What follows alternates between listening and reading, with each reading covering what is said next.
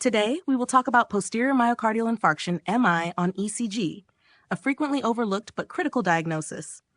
Unlike other STEMIs, posterior MI does not present with classic ST elevation in standard leads, making it easy to miss. However, recognizing its subtle ECG changes is essential for timely treatment and better patient outcomes. Understanding posterior MI.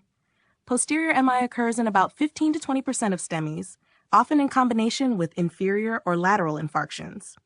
Isolated posterior MI is less common, accounting for only 5 to 10% of infarcts, but its atypical presentation can delay diagnosis if not carefully considered. ECG clues for posterior MI. Because the posterior wall of the heart is not directly visualized on a standard ECG, we rely on indirect changes in leads V1 to V3, which may include horizontal ST depression, tall, broad R waves, 30 upright T waves, a dominant R wave, R's S ratio, and V2. When these findings are present, posterior leads V7, V9 should be recorded to confirm the diagnosis. Confirming the diagnosis. To definitively diagnose posterior MI, we look for ST elevation in posterior leads V7, V9, Q wave formation. Unlike other STEMIs, only 0.5 millimeters of ST elevation in posterior leads is needed to confirm posterior MI, emphasizing the importance of recording these leads when suspicion arises.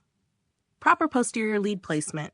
To ensure accurate detection, leads should be placed as follows: V7 at the left posterior axillary line, at the left midscapular line, V9 at the left paraspinal line. These additional leads offer a clearer view of the posterior heart wall and help prevent missed infarctions.